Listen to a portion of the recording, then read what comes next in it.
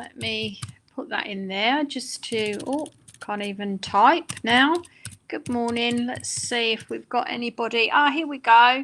Danny, good morning. And Andrew, yes. Jackie, you can all hear me, yes? Irma and Jay and Kim, Dee, hello. Marcus, Stephen, Boo, yes, you can all hear me. Can someone just give me a Y? Let me know that you can hear me.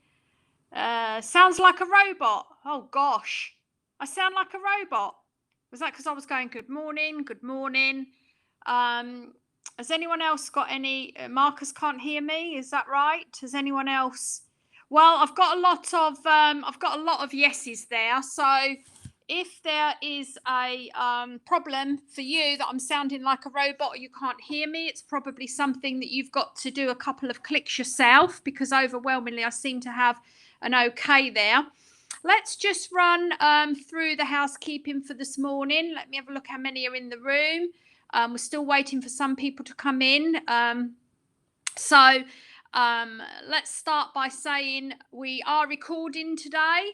So we will upload this afternoon, and you will be able to re-watch this webinar, or if you've got team members who can't make it this morning for whatever reason, they can watch it at a later date, or you can turn it into a team meeting, because today's subject is extraordinary team culture. And the theme that I've been working on, there's only so much that you can achieve alone. So even if you are a business of one person, there'll be a team of people around you, or there should be, that are contributing to your success. And on your team may even be a client who's a real advocate of what you do and brings you lots of new clients. That could be somebody you could identify as being part of your team. So when we talk about extraordinary team culture, we don't have to be in a team of people within a building, in a salon, to be able to learn from what we're doing today. So it is being recorded. It's also being streamed. So if you're watching a stream, there's still room in the webinar, so you could jump onto the webinar by going to p4h.com and looking there for our online academy, because then if you're watching on the online academy, as many of the people are that I can see typing right now, you can get involved in the live chat. So we encourage you to get involved in the live chat. Just two things we have to understand about the live chat. One is that we have a chat mode where you are chatting with the other people attending the webinar today. And then there is a question mode. And when you ask a question, those questions come up in blue. And that means that allows me, and it also allows Declan, who is moderating with me today. He's actually in the background at the moment, but it allows us to see your questions. So if you ask a question and it comes up blue, please remember to go back to your chat mode. Otherwise, everything you type will come up in a blue question box. And if you make a mistake, it's okay, all right? It's not a test. So if you do ask a question and then your next comment comes up in a blue box, don't worry, don't panic. Just go back to the chat mode. So there you can see the Q&A has now been enabled. So that means Declan is there somewhere in the background. We're just waiting. My presentation this morning, I paid for my pictures, so I want you to know that the pictures I'm using I paid for, and when I downloaded them after I'd paid for them, when I downloaded them after I'd paid for them, I left them like as big pictures. So Declan is, as we are speaking, he is compressing those pictures to a smaller size, you see, and this is it takes a team, right? So even though I did my own presentation, someone else in the team's got to come along and give it their techie stuff, right? Because I'm not techie. Well, maybe I am a little bit techie, but I'm Still learning, let's put it that way. Okay, so today's subject is, I think I've done all the housekeeping. Have I done all the housekeeping? And we've got plenty of people in the room now. People are saying it's breaking up. Is that everyone's experience? If you have not got an experience where I'm breaking up, okay, so some people are saying it's fine. So for those people where it is breaking up, I'm going to suggest that you get nearer to your router because it will be signal, and it's clearly not signal from here. So because people are saying that it's fine. Okay, that's all good. Now, what you will need today is a pen and pencil. So I hope you are a pen and pencil, a pen and paper. Is what you will need today, because I am going to give you some tasks that you'll need some pen and paper for. All right. So let's begin. Albeit that I've still not got Declan here. He's still. But anyway, I know the first. I know my introduction. I don't need the slides for that. So today's subject, we're on number 4 of 6 of the best. And today something weird is happening with my computer. Let me make that go away. That is really weird. Okay, so this is number 4, extraordinary team culture. So let's start, get interaction going, because I'm going to ask you, what is the definition of culture? When we talk about extraordinary team culture, what's the definition of culture? Let's see who's coming up. Fast fingers there. Let's get some fast fingers going this morning. Let's get some. Right. Okay. This is the way things are done around here. Kim said. Quite right. The way things are done, Jody said. Sharon, the transition of your ideas to your team. So whether in any group of people, in any scenario, whether we're talking about a business, a family, a group of people who come together, I don't know, for music, religion, for art, whatever reason, we've got a group of people, there will always be a culture. In other words, there'll be a way things are done around here.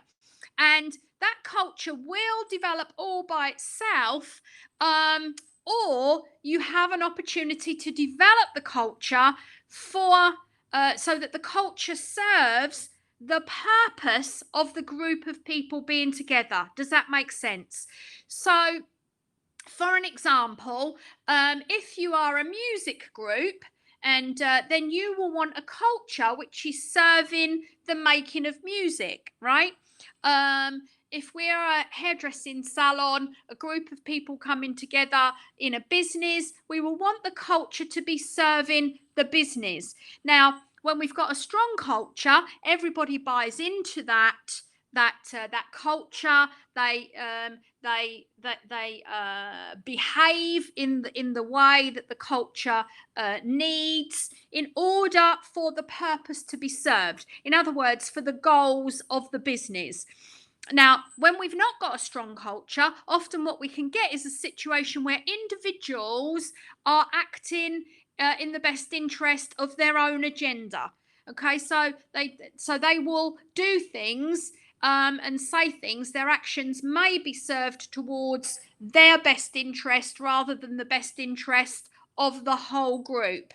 And so and so that's really what we're talking about when we talk about culture. Now, let's talk about team, because one of the things that I said was that, you know, the team of people, the team is really only the people around you, right? They're not necessarily, they don't have to be people that are engaged financially towards buying into your vision, your purpose, your goals, or whatever it might be. And that's why I was very, very keen, because I know that we do have some people that work in a business of one. We have many people like that at Passion for Hair, but But that person of one, there's only so much you can achieve alone. And so you will want to gather around you people who, like-minded people, who will help you achieve whatever it is that you want to achieve. So, and then how do we make that extraordinary? And that's one of the things we're going to be focusing on today, how we make that extraordinary. So let's think for a second. What I want us to do is consider a sports team. Okay, consider a sports team. Now, what do we have and you can choose whatever sport you like, but let's get some feedback. Let's get a little bit of feedback about some kind of sports team. What do we have within that team? Give me some idea of the people. Give me some idea of the people within that team. What have we got? Yeah, we've got a coach. We've got players. So the players are the people. There'll be someone who is the coach. That's right. You're going to have Formula One. You're going to have a manager. Yes, you are. What else are you going to have? You can type anything. You're going to have the physios, the medical people. They're going to keep everyone fit. You're going to have the sponsors. Yeah, you're going to have the leader. You're going to have a captain. Yes, you're going to have a top scorer. Yes, you are. You're going to have the crowd. Yeah, you're going to have an agent. This is really good, guys. Wow, you're on form. Yeah, sponsors. Yeah, you're going to have marketing, so the people who can tell the story. Yeah, we're going to have all of those things. Now, of course, I've chosen that scenario, that sports scenario, so that we can understand that a team is made up of all different people, and everybody's got a different part to play. And at different times, for different reasons, different people will be performing extraordinary. Other people might be struggling at some point. And it is working together as a team that helps us to perform the best we possibly can on a consistent basis. So there's another scenario that we can use, and that is a film production. So I want us to think a minute about a film production. Right, so give me some of for those people who not, maybe they're not sporty and they're still, their brain is still sitting there trying to think about, well, I don't really know what they're, how to equate that to what I do. So let's use that. So yes, we have a director, we have a producer, we have actors. What else do we have? Yeah, we have a makeup team. What else? Yep, and a hair team. We have the film crew. What else do we have? A costume producer, sound, catering. What else? What else do we have? We have the audience, the runners, the editing. What else do we have? We have the set builders, sponsors, financial budgeting. Yeah, we have the star. Yes, we have the star. We have actors. Do we have people who sometimes turn up on the day and they're not quite, we have the extras, the script, the understudy. Yeah, absolutely. So we're understanding. And I've got some sort of presentation there, but I am going to tell Declan that for some reason we've got the lazy buggers. We have the bad actors. Yes, we have. We've got all of those. For some reason, Declan, can I just let you know, I can see my presentation there. Am I getting it a different way? Wait a minute. Let's have, no, I just can't see how to move to that. Well, maybe I'll just say next slide, because for some reason, and it's probably because I started before, is that, no, that's not it. Dec, can you hear me there? Are you able to give me next slide, please? I can see him typing. Or is it that, yes, you're getting it a different way. I'll have to move the slides. Okay, next slide. There you go. Now, oh, no, go back, please. Go back. There. Now, in putting together this presentation, I couldn't help but think about this. It actually came to me on my on my dog walk on Sunday. John F. Kennedy, he was the president of the United States in the 60s, early 60s. And one of the things that he said to people, he said, ask not what your country can do for you, ask what you can do for your country. Now, when we're talking about there's only so much you can achieve alone, we can't expect people, you can't expect to be like the center of the universe and everyone else is running around you. That's not what team is about. Even if you're the star, even if you're the top coach, the manager, whatever you are, you can't expect that people will play only to your agenda, because what will happen is people will not buy into that purpose, and it brings us back to the culture. So I want everybody to think about, when we think about working together with other people, ask not what they can do for us, ask what we can do for them, right? So what can I do for my salon, my team? What can I do for my group of people that will enhance, fit the purpose, help us move forward towards our goals? And in doing that, it will serve your individual agenda. Now, in thinking about teams, you know, this is one of the first mistakes you see, because someone had put there, I think, there's no I in team, right? And that's absolutely the point. There is no I in team. And when people are trying to work to their own agenda, that's when it all starts going wrong. But there are many other ways that it starts going wrong too. Next slide, please, Declan, because this is the slide that I was doing inside my head. Sports team, right? Move to the next slide, Declan, because we've done that one. The next one is the film crew. You see how I've got it in my head. Anyway, so now we're going to move forward, and I'm moving at pace. I hope you've got a pen and a paper, because the first thing I'm going to ask you to do is I'm going to ask you to write down on a piece of paper between 4 and 6 people who are around you, your team. Okay, so remember what I said. If you are a business of one, there are people around you who are your team, who help you to serve the purpose of your business, who help you to try and achieve your goals, etc., etc. So I would need you to write those people down on a piece of paper for me. So if you will do that, because some of you may have already guessed, looking at this slide that's up here now, one of the things that we are going to look at today, right? Is everyone, give me a Y, give me a yes if you've written your 4 to 6 people down. Good, excellent, loving it. That's good. Right.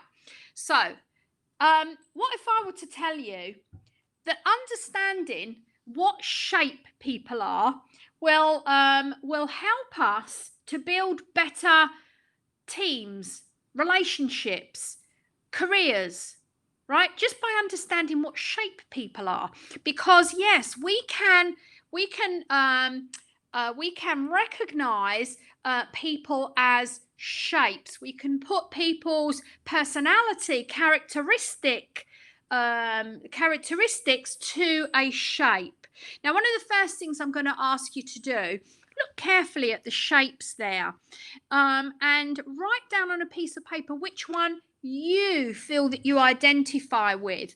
So we've got there a triangle, we've got a square, we've got a circle, we've got a rectangle, and then we've got a squiggle. Which one do you feel you identify with? Just look at them and just stare at them for a second and think, do I identify with that triangle? It's got 3 sides and it's got points and all the sides are identical sizes. Or do I identify with that square, which is a box? It's got 4 points. It's got straight lines. Or do I identify with that circle that goes round and round and round? There are no edges. It's soft. It doesn't stop. Can keep going. Or what about the rectangle, which has got 4 edges but unequal sides? It's got unequal sides, and it's a little bit wider than a box. It's a bit bigger than a box. Or the squiggle, right? Which it's got a beginning and it's got an end, but in between, it's all like that. Okay, so yes, Matt, so this is you. You're just focusing on you at the moment, okay? And John has put, he sees the squiggle, and John had written that quite quickly. So quite quickly, John identified that he identifies with that squiggle. Anyone else want to share? You don't have to share if you don't want to, but if you want to share where you feel you identify, then you can do that. So we've got rectangle, triangle, rectangle. Yeah. What else? You don't have to share, but if you want to, it kind of makes it a little bit interactive today. It's just how I feel, right? I'm getting a bit lonely. Every day is a Groundhog Day, unless you go to Tesco's. But, you know, we wake up in the morning, we drive to the warehouse, we see Lenka. She sits at the other end because we're social distancing, and we do whatever we've got to do, and then we get in the car, we drive home, we have dinner. We might watch something on the TV, we play a board game, we read, we go to bed, we get up the next day, we do the same thing. We don't know what day it is, doesn't matter. Anyway, who is this a test? Feeling the results might shock us. Right, so everyone's probably done that by now. Is it Wednesday today? It is Wednesday, but it doesn't matter, Marcus. It doesn't matter what day it is. We've got days and days of this yet, so let's just enjoy it for what it is. And right, let's next slide, please, Declan, if we may, please. So let's have a little look here at the character traits of a square.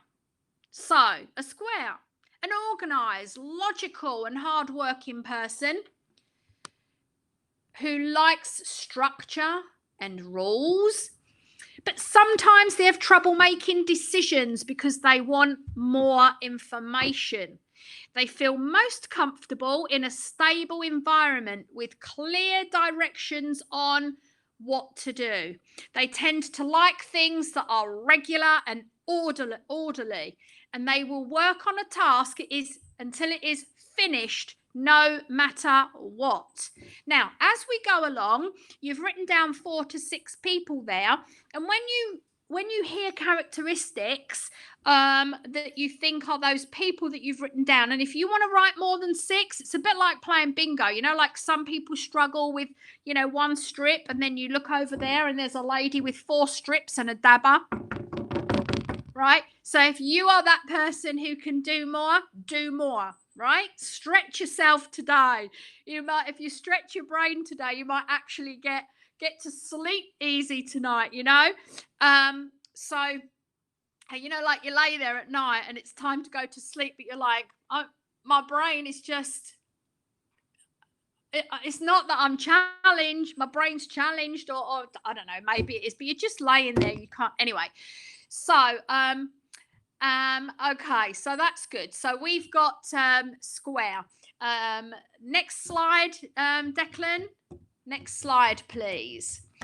So, how to recognize a square. So they appear to move straight. They use precise or specific gestures.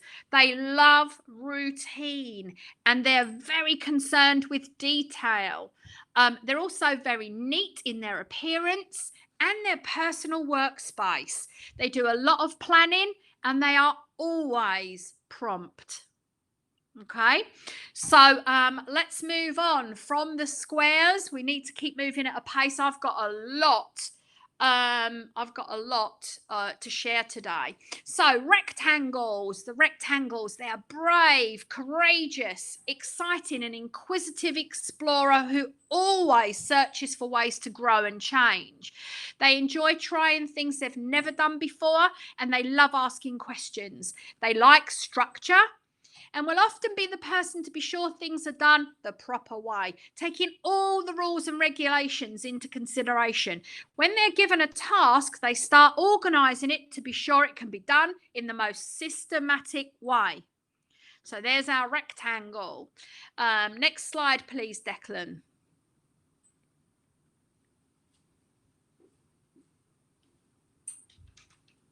So here's our triangle. Born leaders who are competitive, confident, and can make many decisions. They like recognition, they're goal-oriented, and they enjoy planning something out and then doing it. They are motivated by the accomplishment. It's something to do with the top of the triangle, right?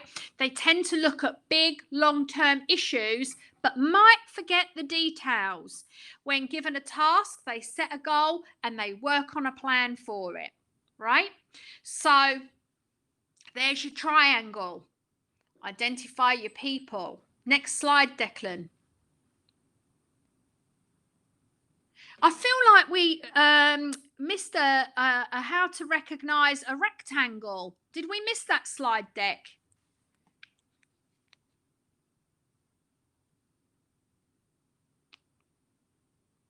That's triangle. Right, okay, good. See, it's in my head. So, sorry, we're just jumping back to the rectangles for a second. How to recognize a rectangle. These people often have fleeting eyes and flushed faces. They also tend to giggle and they like variety. For example, they'll come into work early or late, but not on time. Their workspace tends to be disorganized, although not in their opinion, because they know where everything is. When I was writing this out, somebody that I work very closely to, I was like, oh, they are so a rectangle. They're so a rectangle. Anyway, and it's fun. Are we having fun? Are we liking this? Yes? Good. Okay, that's great. Dec, triangle. We did the first page. We need the how to recognize a triangle. Yeah. So, how to recognize a triangle? They have powerful voices. They love to tell jokes, or they like to keep things like humorous. And they play as hard as they work. They also tend to be stylish dressers. So there's the triangle. Okay, so let's now move on to our next shape.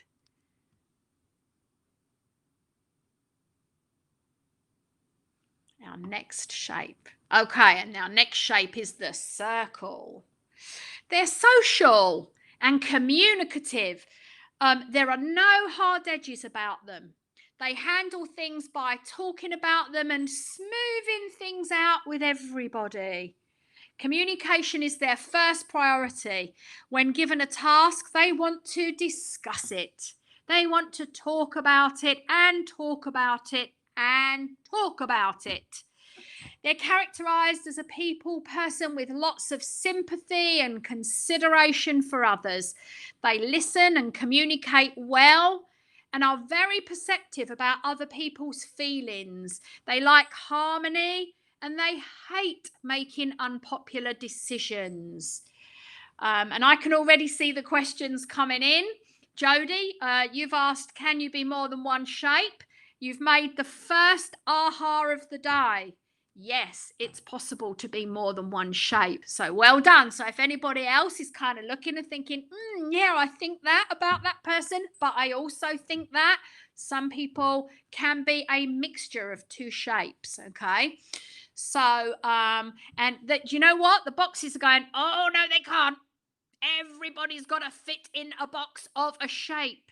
And the circles are going, oh, yes, everybody's got a little bit more than one characteristic. Can you shift from shape to shape as you master each shape? Yes, great question, Jodie. And in the second half of the presentation, when I say second half, it's not because there's a break in the middle, but in the next part of the presentation, we are exactly going to talk about how we shift for the sake of the culture and the purpose of the team. Yes, so we are getting it. We love it. It's called teamwork, and it makes the dream work. And that's why I said earlier, if you've got teammates that are not on this webinar today, you might want to have a team meeting where everybody's going to do this exercise together. Or you might want to ask them to watch this webinar at a later date, because you want them to be able to understand how the team can all work better, right? Because one of the things that I said was that this is about extraordinary team culture, right? And everybody's understanding now where we are. And I can see Jane has asked, can we have the slides? And this is so good. I'm seeing these questions without the blue bit, which is great. As soon as you put a question mark, by the way, your box turns blue, okay? But it doesn't turn, the next box after that turns to a chat. But Jane said, can we have the slides? I knew you were going to ask that question. And so after this, we will upload the slides onto the P4H Stylist Hotline and Education page. I think that's the best place to upload them. Declan might already be uploading them as we speak, because he's very responsive like that, and he's been on his bike ride. And he's going to hate me for telling you all this, but I'm so proud I'm going to tell you. Declan has lost over 2 stone in weight, and he's already been on his bike ride this morning. Jane's asking WeTransfer. Don't know, Jane, about WeTransfer. He'll do it the best way. We would prefer to upload them to a Facebook group and let people go get them. Okay. There's a lot of people tuning in. If people are asking us to send them individually on WeTransfer, it's not an easy task for us, and we like to make it easy for us. So Declan will let us know in a minute how we go and get them. But I've got a feeling that they will upload onto the P4H Stylist Hotline and Education page. You'll be able to go there, look for the file, and you'll be able to download the file. Okay. Yeah, well, he is a rugby player, build Marcus, by nature, but he had put on a little bit of timber. And so as a mummy, I'm so pleased that he and his wife, by the way, she's also she's like absolutely neck and neck. I think she's not quite lost as much as him, but of course she's not 6 foot. He's 6'1". She's not 6'1". So she doesn't have to lose quite as much, quite as fast, but she's doing really well. So he'll kill me for this after. So what do you have to say that for? But anyway, so do you know, when perhaps aiming more for flanker and not a prop, when he played rugby as a boy, he was the hooker for those rugby fans, yeah, and he was a hooker, yeah. So anyway, characteristics of a circle, please, Declan. Yeah, we are moving on. Let's go. Yep, he was a hooker. How to recognize a circle. They're friendly, nurturing, persuasive, and generous. They tend to be relaxed and they smile a lot. They're talkative, but they have a mellow voice. They also have a full laugh, and they like to touch others. A hug, an arm round the shoulder, or a squeeze of affirmation. Okay, so the circles during all this lockdown are really struggling, right? They're the ones who are, I want to hug you, but I'm not allowed. And the interesting thing about hairdressers is that for the overwhelming most part, the hairdressing world that I live and move around in, like, everyone's sticking to the rules. Let's not talk about it. So, Declan, if we can move on to the squiggle. So, squiggle. John said straight away, said, oh, I identify with the squiggle. They are off the wall and creative. They like doing new and different things most of the time, and they get bored with regularity. When given a task, they'll come up with a bright idea about how to do it, or bright ideas about how to do it. But they don't think in a deliberate pattern from A to B to C. Instead, they tend to jump around in their mind. They go from A to M to Z, X. That's what the squiggles do. So John said, yeah, that's me. Isn't it amazing how you can look at a shape and you can identify with that shape, and then how you can identify people's characteristics? I mean, isn't the world just the most amazing thing? So and Lily said that's her too. So if we can have a look at the characteristics of a squiggle. Characteristics of a squiggle.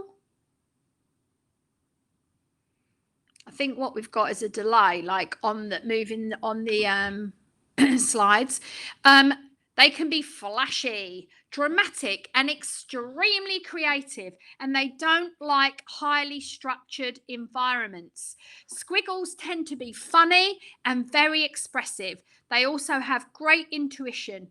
Many performers and writers are squiggles, as are many hairdressers, because and because they're squiggles, that's why they are drawn towards the creativity of hair. So Alenka's put squiggle is Daniel. Really? Oh my God, that's interesting. Daniel, a squiggle, and yet he's such a box as well.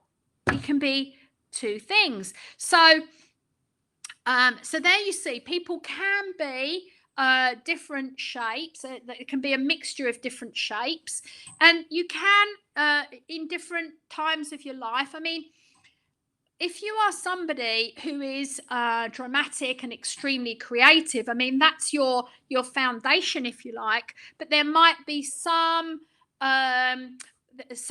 scenarios and things where you find your characteristics are behaving in a different way, right? So, oh yeah, Matt, you're right. You must reverse park at Passion for Hair. You're right, Matt. Yes. So he's a squiggle, but definitely a box as well. He also will be going mad, right? Be saying, what do you have to analyse me for? But Lenka started it, not me. So Daniel, yeah, put squiggle box. That's right, a squiggle box. Good. So we're understanding. So we've got all 5 of our shapes there now. So have a look at the people that you wrote down, 4 to 6 people. And what have you got written down next to each of those people? What have you got? Like, you haven't got to share with me what you've got, but you've got all 6. Everybody's got a shape that you've written down, and maybe you've got more than 6 people. So everyone's got a shape written down, or more than one shape. Just give me some feedback. Let's not analyze people in your team. That's not fair. Just give me some feedback of, yeah, everyone's got a shape written next to their name. I've done the whole team in the time we've been on air. I don't know. Give me a little bit of feedback about what's happening there today. Maybe some people are still writing, I should think, and thinking about what we got. Some feedback's going to come in a second. I know it is. Let's have a look. Okay, so your team's looking great. You've been able to identify.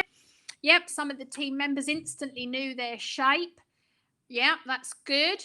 That's good. What's important is that we recognise ours, right? And then we also recognise other people, okay? Because then that gives us an opportunity to work more effectively with people, right? It's scary how it's so spot on. Yeah, it is. It is quite incredible, really, how you know, you really can identify people through a shape. And like I said, I mean, for those of you that believe that the universe is made up of energy and that everything's connected, isn't it interesting how our personalities are connected to shapes? I mean, who invented shapes, right? Um it's so intriguing. Okay, but that's good. So everybody has finished with that. I'm just checking my notes if I'm out of the thing, making sure that I've got it all. I have. So earlier somebody had said, can you, oh, Jody had said, can you switch from one shape to another? Can you be more than one shape? Yes, all of these things. And what I said was, in the second half of the presentation, and that's where we are now, or where we're moving on to, we're going to look at how we're able to identify and how we're able to manage situations with people and improve our relationships and our teamwork, as it were, extraordinary team culture, how we're able to do it by really understanding what's going on and managing the situation. Okay, and this is something that everybody could do and should do. Now, really what the realm of what we're moving into now is psychology. Okay, I'm going to teach you some psychology. And they say that, don't they? Say hairdressers are like psychologists. Well, once we learn this, we will be able to practice a little bit of psychology. Now, this is a theory which was first invented, if you like, or realized by Eric Berne, a man called Eric Berne. It's called the theory of transactional analysis. And I know some of you already know this and maybe you're already using it. The thing about this particular psychology, it's the most accessible theory in modern psychology. In other words, accessible. Everybody can use transactional analysis. Some people with high emotional intelligence have kind of worked some of it out for themselves. And remember, we talked about emotional intelligence. We talk about it a lot. EQ is more valuable today than IQ. I believe that, right? So we're now going to look at transactional analysis. The thing about it is that anyone can use transactional analysis to enrich their relationships, their teamwork, their effectiveness within the culture. You can use it with your teammates at work to enhance everybody moving towards the goal and the purpose. It will enhance your career. You can use it with your clients. You can use it with your family, with your kids. It's amazing. So let's have the next slide, please, Declan, if we may. So, that's because I've not got all the slides in front of me. But we have answered these. Do you think it is possible for people to have characteristics of more than one shape? Yes, we already identified that. Do you think it's easy or difficult for different types of personalities to work together? This is important. Let's talk about this for a second. Do you think it's easy or difficult for different types of personalities to work together? What do you think?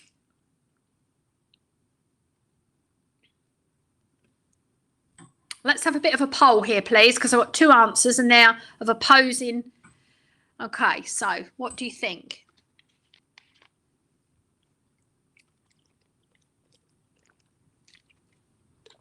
Okay, both answers are correct. Some people put easy, some people put difficult, and both answers are correct because it can be difficult and it can be easy, depending on what is happening within that team of people. And that's why this is important. And I said earlier, you might want to use this information in a team meeting, because if everybody is understanding, and the next question says, why is it important to understand how we work best, but also how others work best? If we're understanding everybody in the team, right, then it makes it easier. If we're not understanding, it makes it more difficult. right? And if people are serving into the culture of working together as a team, in other words, we understand that when we all work together, we achieve more, right? If we are serving that culture, then it will be easy. But when people turn up and they've got their own agenda, right, and they're not interested in that, then it becomes difficult. Okay, so what we have to manage as leaders is the team and how we get everybody to work together to make it easier, right? So next slide please, Declan. So the transactional analysis, it's the most accessible theory in modern psychology, and that's because it's the easiest theory for people to be able to, one, understand, and two, use on a daily basis. Anyone can use it to enrich their dealings with people. So you can use it in business, you can use it if you're a parent, within your family, with your relationships with others, friends, etc., and for your own personal development. So all of these things are important. The next slide, please, Declan. So let's assume that people are okay, right? That people are okay, because there is such a thing as difficult people. And there are people whose agenda is to be difficult. Let me give you an example. If you've got a member of your team that has mentally left the building but physically turns up, is that going to be an easy or a difficult situation to be dealing with in terms of everybody working together towards the purpose and the goals of the business? What do you think? Difficult. Yes, very good. So there'll be times when it's easy, there'll be times when it's difficult, right? But we're going to assume that people are okay, right? So everybody's nice, everybody is working towards. Now, when we have learned the skill of transactional analysis and we're able to practice it well, what it will mean is we'll be able to identify very quickly people who are not okay, and we'll be able to deal with those people more efficiently and help them. If they've mentally left the building but they are physically turning up, we have to help them to physically stop turning up, right? So and sometimes that's what we have to do. Why? Let's just address this for a second. Why would people mentally have left but physically be turning up?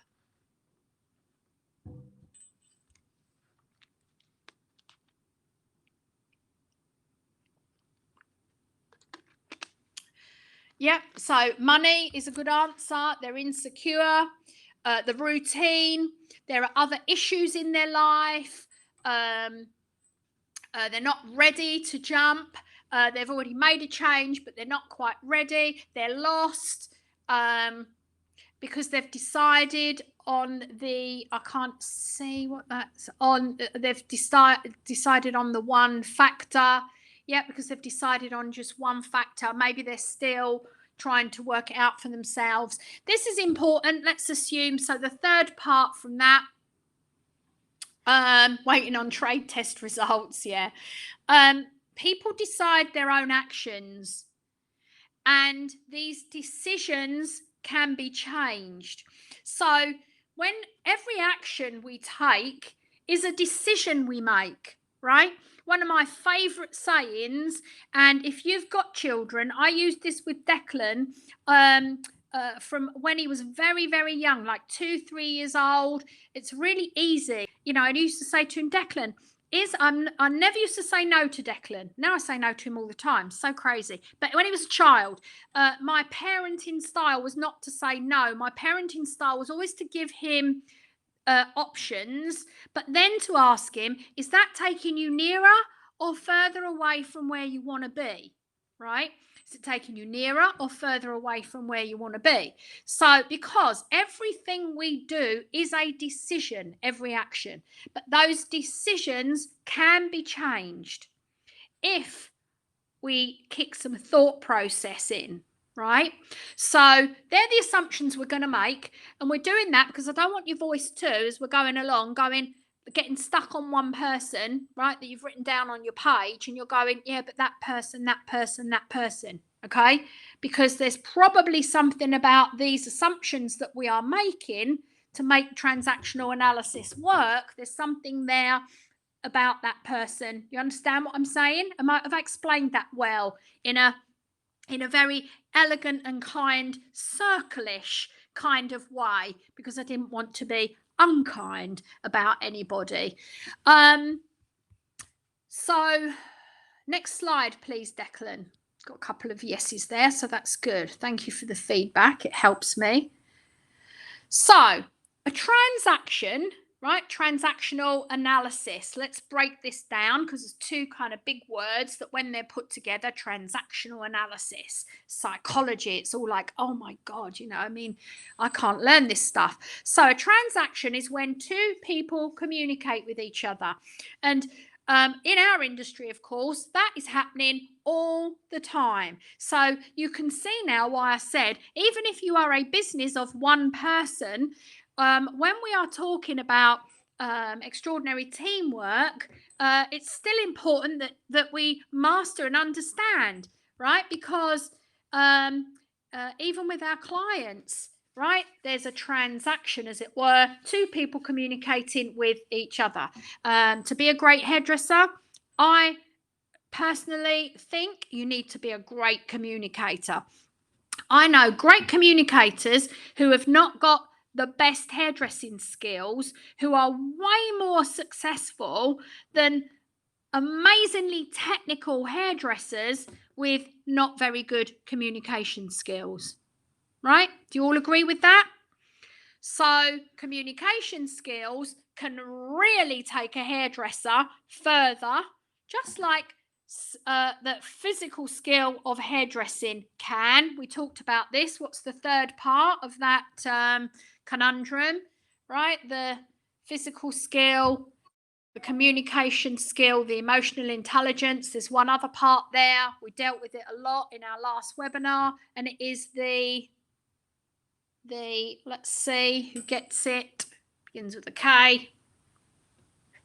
Begins with a K. Yeah, well done, Kim. The profound knowledge, right? Because the more knowledge you've got as a hairdresser, the more successful you'll be. Those three things. So it's very simple in its design. It's very complex because you've got to master all three of those aspects of what you do. So transaction, when two people communicate together. The next slide, please, Declan. Okay, so and then the next part, transactional analysis. What does that mean? Well, it's the understanding of the ego state the communication is in. Okay, the ego state. So we have three egos. This is what Eric Byrne really discovered. His theory is that we all have three ego states. So at any one point, so we've all got three ego states inside us, and at any one point we are using one or another ego state, and we are able to use all three.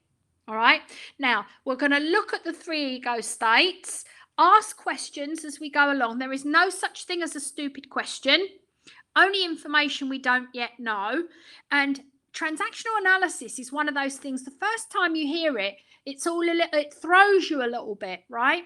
And it's a little bit difficult but once you've mastered it a little bit, it becomes easy really quickly. And there's some people in our group today who have been mastering transactional analysis for a long time, right? So don't be afraid to ask. There's no such thing as a stupid question, only information that we don't yet know.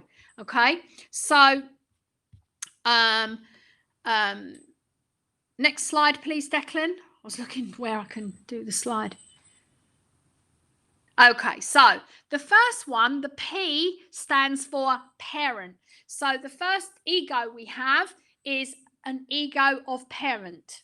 Now, immediately we start thinking about age when we think about parent, but I want you to know that even she's 5 or 6, my 6-year-old granddaughter, she's 6, even she has got a parent ego, right? Because she stands there and she goes, Daddy, that you're stupid, right? So, or she says, Nanny, you're not supposed to say words like that. That's a naughty word, right? So that is a child playing the ego state, all right? So I want us to understand that. The next slide, Declan.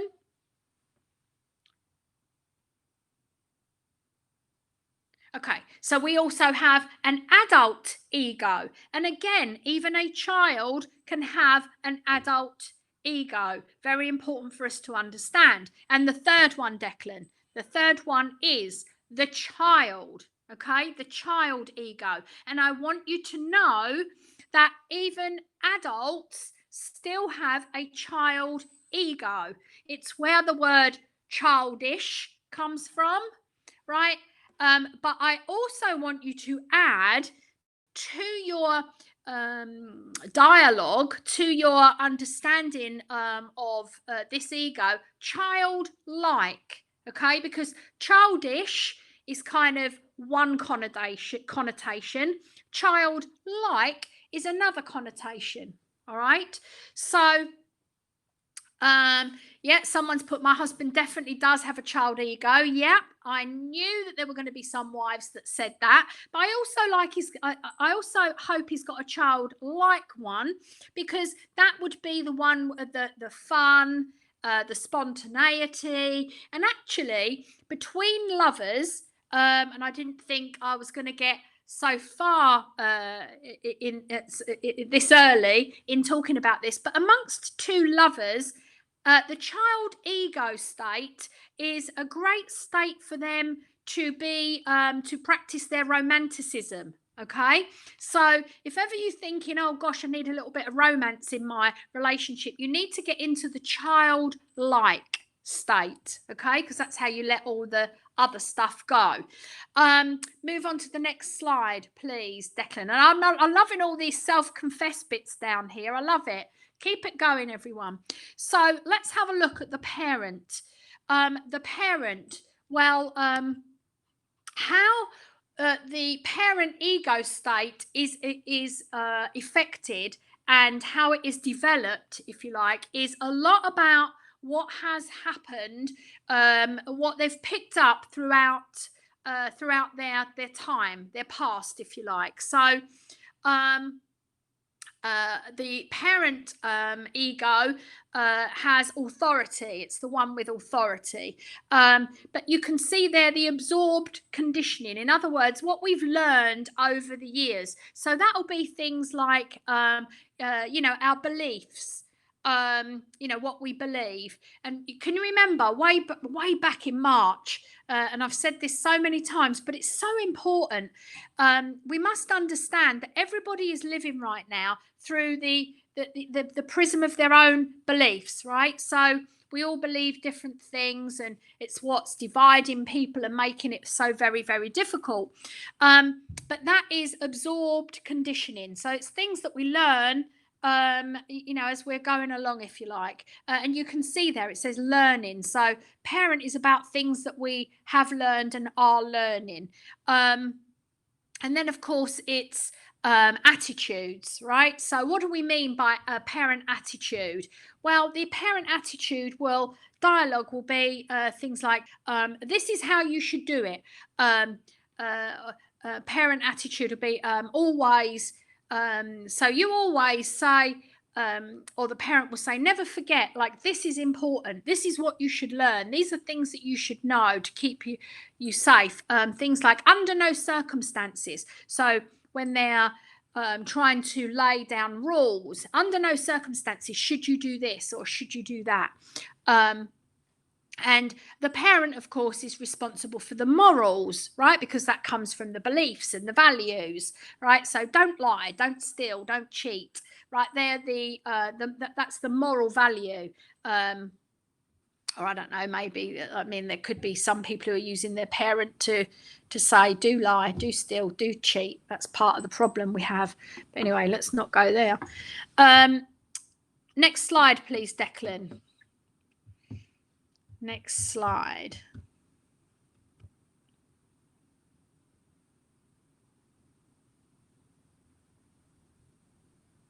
We've got a delay on this. This is what's happening that's stopping us getting from one slide to the next.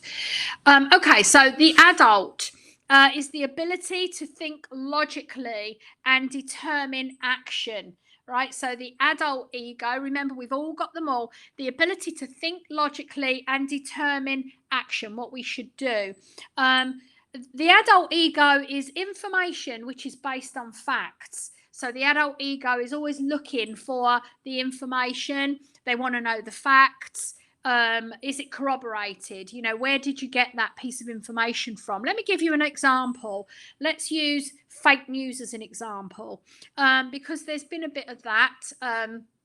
Of course, it was Donald Trump that coined the phrase fake news. So it's something that's really quite new to us, just a few years old, right? But the concept's been around forever. But fake news basically means news. Someone's put it out there, but it's not true. Now, people, if you respond to fake news and you go, oh no, oh my God, oh, that's terrible. That's the child ego.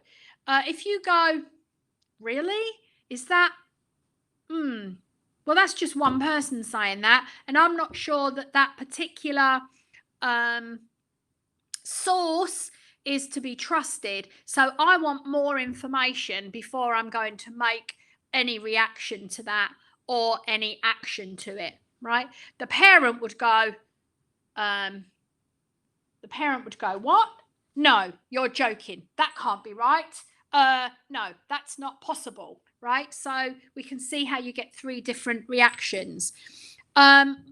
We change our parent or child response through our adult. Now, that's a really, really important thing to understand and learn. If you're in a situation where you realise, gosh, I'm in my adult, I'm in my parent ego right now, and it's not serving a good purpose, right? That's the only time you want to change it, is if it's not serving a good purpose, right? So if you're in your parent ego, then you change it by going to your adult, right? That's how you change it. You don't change it from going from parent to child, right? Some people try, but that's not how it changes the transaction, the communication.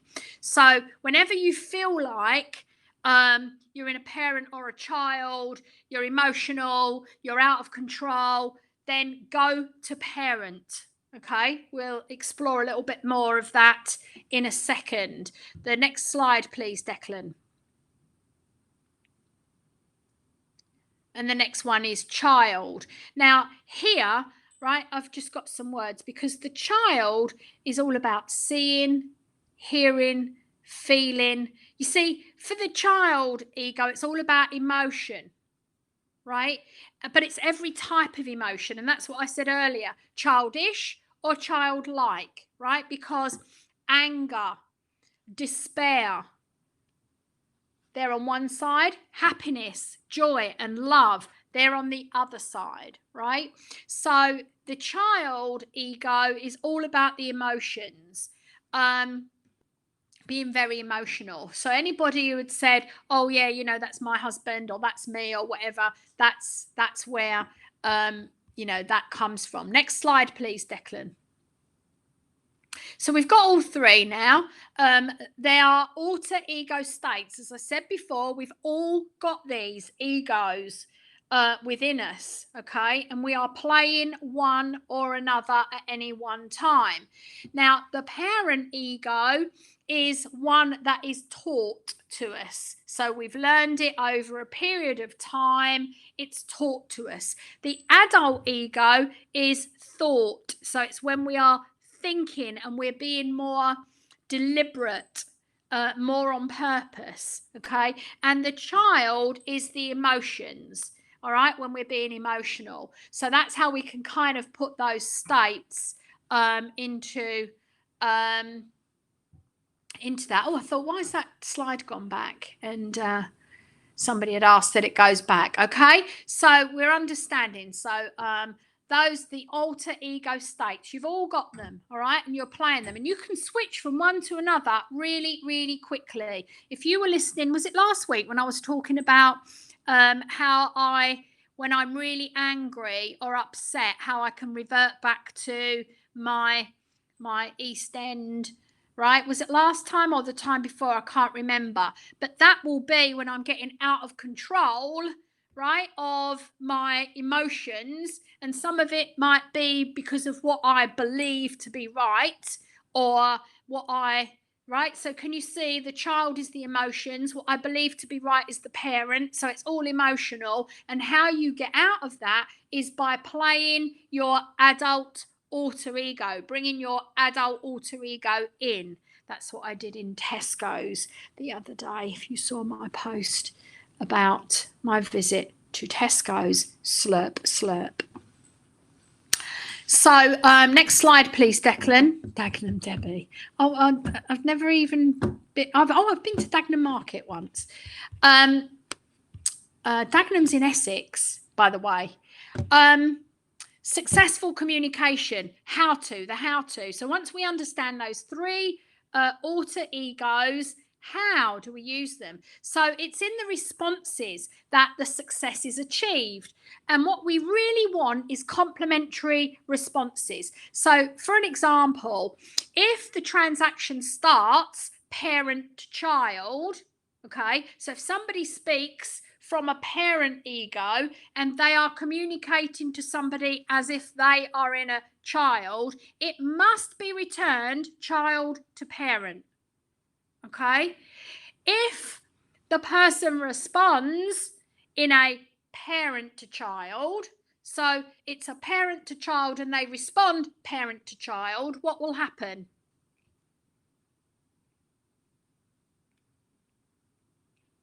What will happen?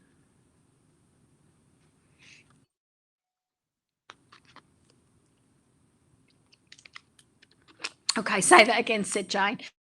If the conversation starts, if I start the conversation and I'm in parent ego and I talk to you, Jane, as if you are in a child ego, okay? So an example might be, we're in a room and I'm teaching and I say, Jane, do you mind? Can you just be quiet until the break? Right? Now, if you respond to me and you say, oh, I am sorry. Yes, I'll wait till the break. Child ego, I'm sorry. I didn't mean to. I'll wait until the break. Everything's okay. But if you respond to me back in parent and you say, well, who are you to tell me to be quiet? What's now happened to that conversation? Right? It's all gone wrong. Yes? I'd start laughing in an embarrassed fashion. Exactly, right? Because a child would laugh, right? So, anarchy, said Sharon. Yeah, there's conflict, right? So there's conflict. So that's how it's got to be returned. So if somebody speaks an adult to adult, you should respond adult to adult. If it's parent to parent, you respond parent to parent. If it's child to child, you respond child to child. Let me give an example going back to lovers. By the way,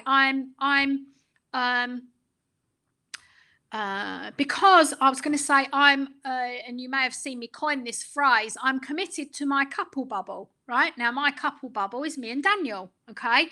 And I've become committed to my couple bubble as a result of past experience. That past experience being, this is my third marriage, and I intend to make it my last, right? So I am committed to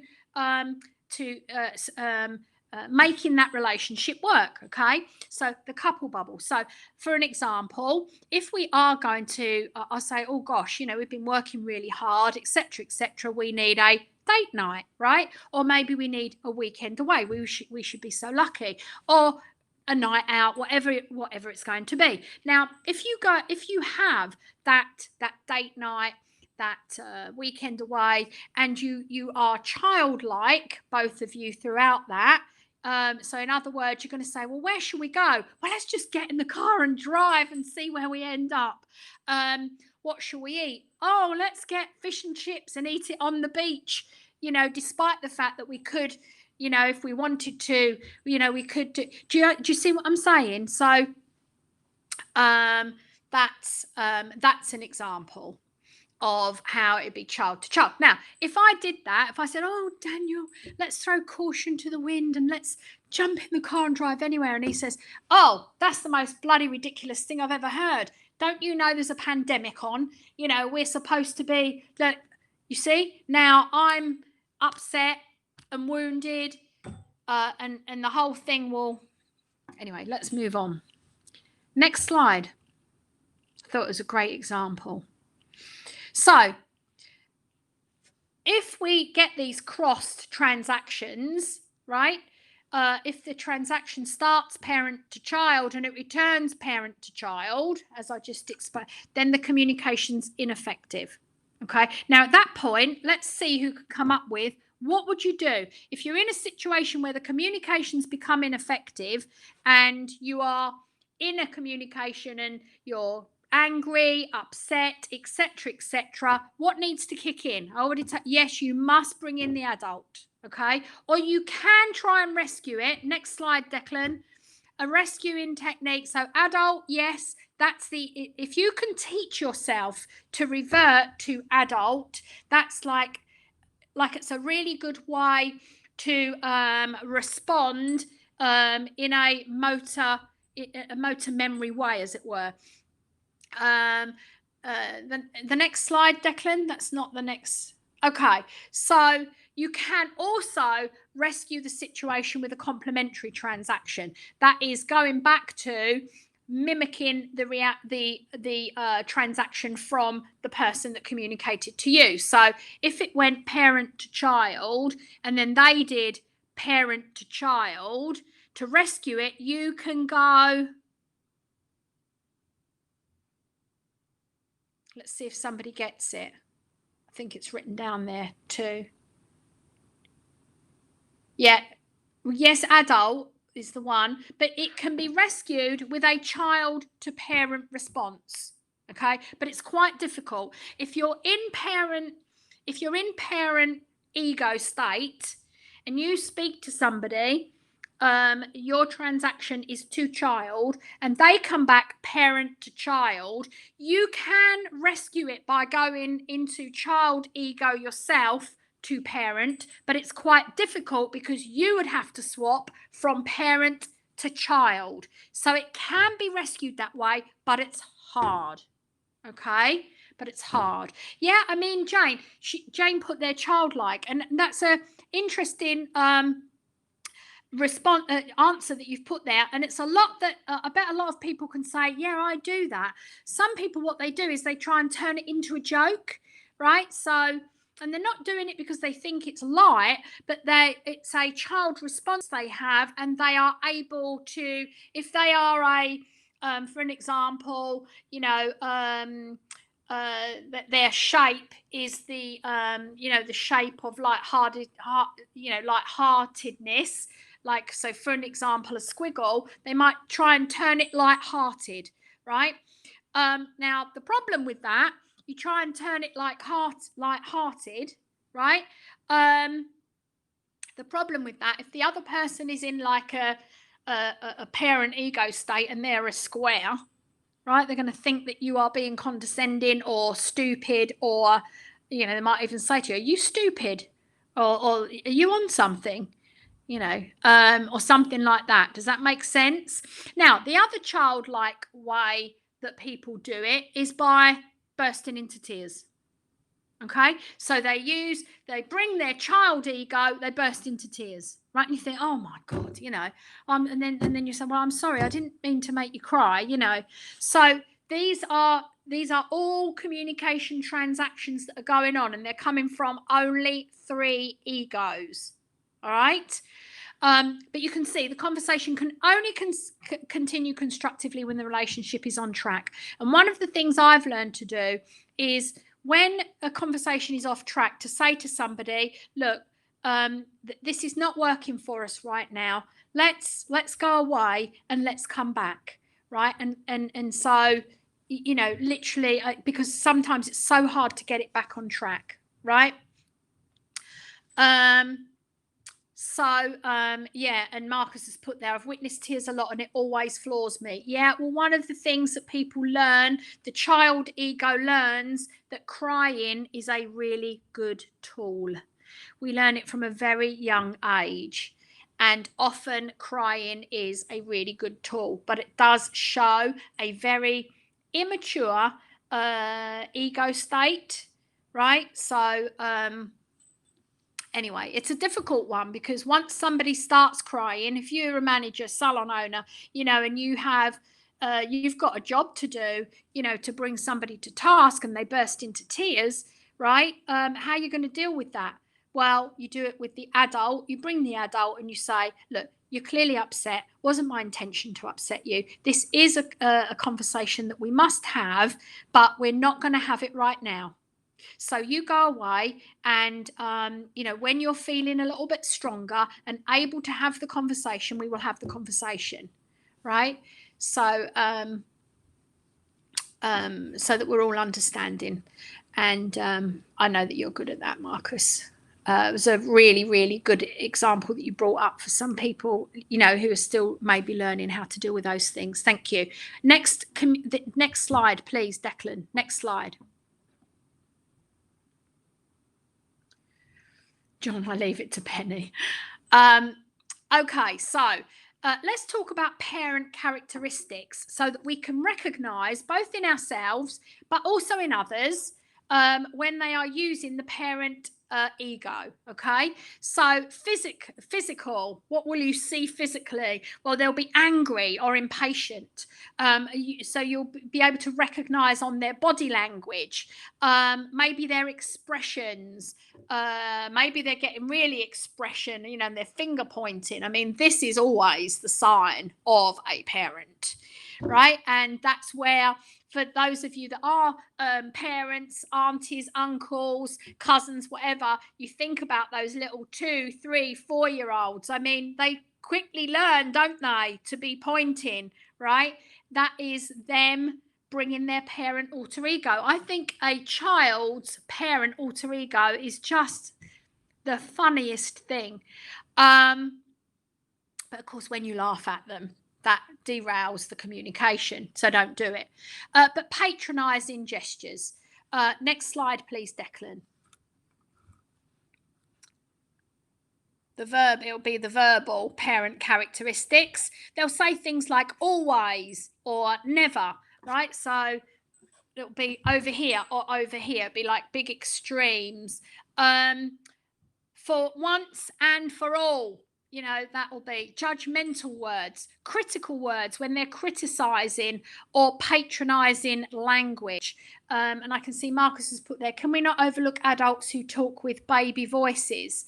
Well, adults that talk with baby voices, I mean, do you mean, because this is something it's good that you brought this up, because are we talking about somebody here that has got a baby voice, like that is their voice because that's what their voice box, is projecting? Or are you talking about somebody who deals with things by bringing a baby voice into their they use it when they want? Okay, so that is somebody then who is bringing the child in to deflect a situation. So next slide, please, Declan. So parent characteristics. Oh, sorry, verbal characteristics. P child. The verbal, there you go, it's right here. Baby talk, or I wish, or I don't know, I don't know, I don't know. Actually, it's another word I should have put in here.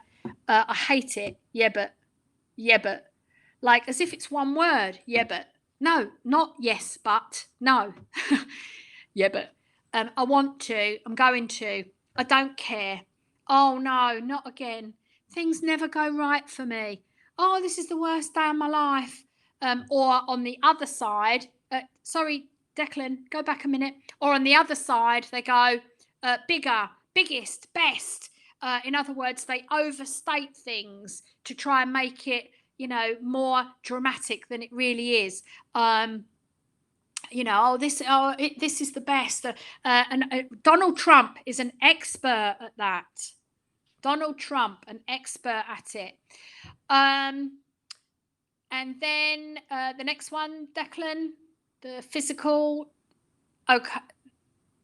So the adult, physical, attentive, interested, straightforward, non-threatening, and non-threatened, right? Because they understand that reactions that are not adult are coming either from a place of beliefs, learned behavior, or from a place of emotion. Okay. The verbal adult characteristics, Declan. So why, what, how, who, where, when. So asking more questions to try and understand and get a different level.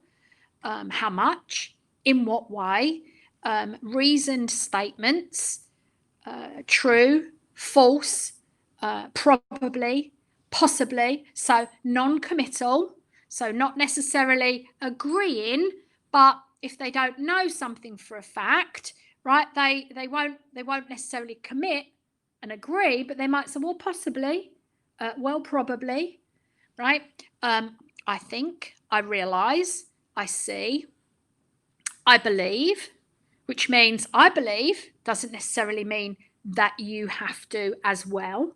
Or in my opinion, again, it means it's my opinion, and if you want to agree, you can, but you might not. You see, these are adult characteristics. Now, and you can see how, when I talked earlier about having an adult default response, you can see how you could teach yourself a default adult response. For an example, if you're somebody that works with me, you may have heard me say once or twice to you, what makes you say that? And I've given my game away now, what makes you say that? That is an adult ego coming to ask either a parent or child ego, where is this coming from? Help me to understand, so I'm able to respond in a way which might bring success. I'm not always perfect at any of this, by the way. I teach it because I know it, not because I'm an expert on it, just so that you know. So, yeah, when people call in sick and then show off the next day to distract from the problem. Next slide, please, Declan.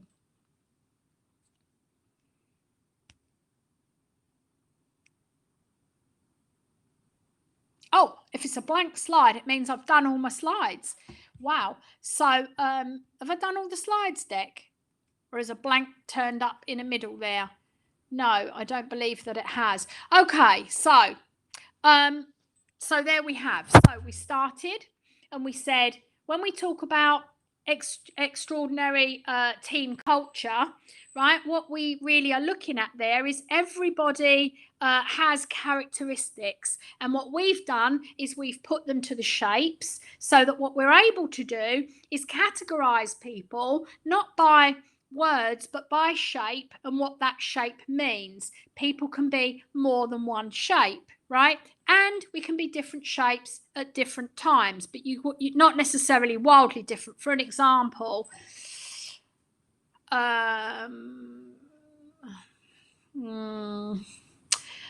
like a good example is a triangle in a box. it's quite difficult to be a triangle and a box. You are either a triangle or a box, right? So because those three shapes, the triangle, the box, and the rectangle, like they're very closely linked. People that are triangle, box, rectangle, that base, like they're very results focused. Okay, very results focused. Squiggle and circle, they're more creative and extrovert, etc., etc. So so the shapes, and then we said, right, well, how do we get the different shapes to then communicate well? Well, now once we understand the psychology of the ego, which is really what the parent, adult, child is, right? So it takes a little bit of studying, firstly of yourself, then of others, and then how we keep those good communications going. And if you're somebody who's committed to good communication, you will learn strategies of being able to deal well with people. Because let me ask a couple of questions before we close now. Is it possible to have all the same shape working together so there is harmony, etc., etc.? Is that possible? Is that a strategy, for an example? No. Why not? Expand on that for me. Expand.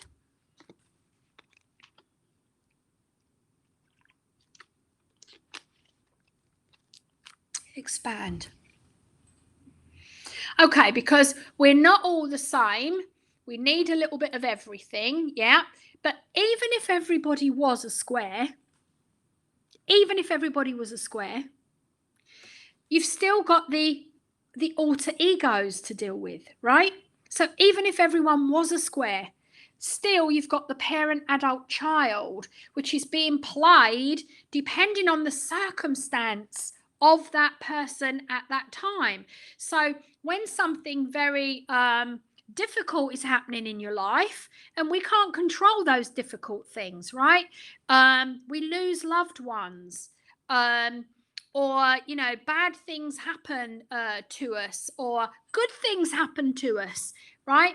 All these things are they're changing everything that's happening every day, and that's what becomes very complex about human behaviors and human beings. So that is why it's important, if we want good relationships, we must work at it. It takes work. And if we do work at it, we get better relationships.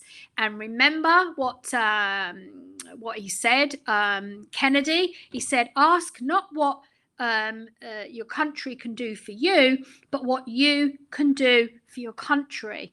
Right? And we've come full circle, because that's how good teamwork is developed. When everybody says, I'm going to do what, and I'm committed to, and I have bought into what is best for the common good, and not that which is only good for my agenda, because I realize that there's more that I can achieve if I don't go it alone. So some simple concepts which are complex, but if you work on them and the team work on it with you, you will be able to get better relationships in work. Yeah, and Jane has written there, balance, and that is exactly it, Jane. It's really about that balance. So I wanted to be done in 90 minutes, and I am, because I don't want to hold everybody up. Are there any questions before we go? And if there are not, then it only leaves me to say, it only really leaves me to say for enjoy the rest of your day. Friday, we're back on Friday, where we're doing profit is everyone's responsibility, because one of the things we wanted to deliver with this 6 of the best is a series, a program of webinars, of information, of education that can be used, not just today, but we can use it in order to build your business. Okay, so that's what we're working on.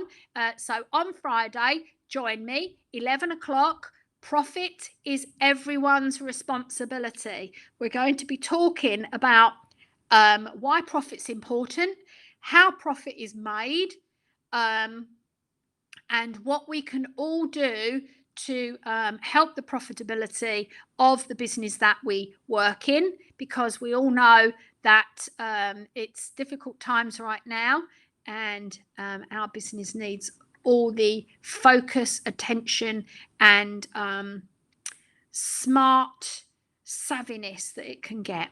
So enjoy the rest of your day, everybody, and you know that we're here for us. No, we're here for you. Well, we're here for us too, but we're here for you.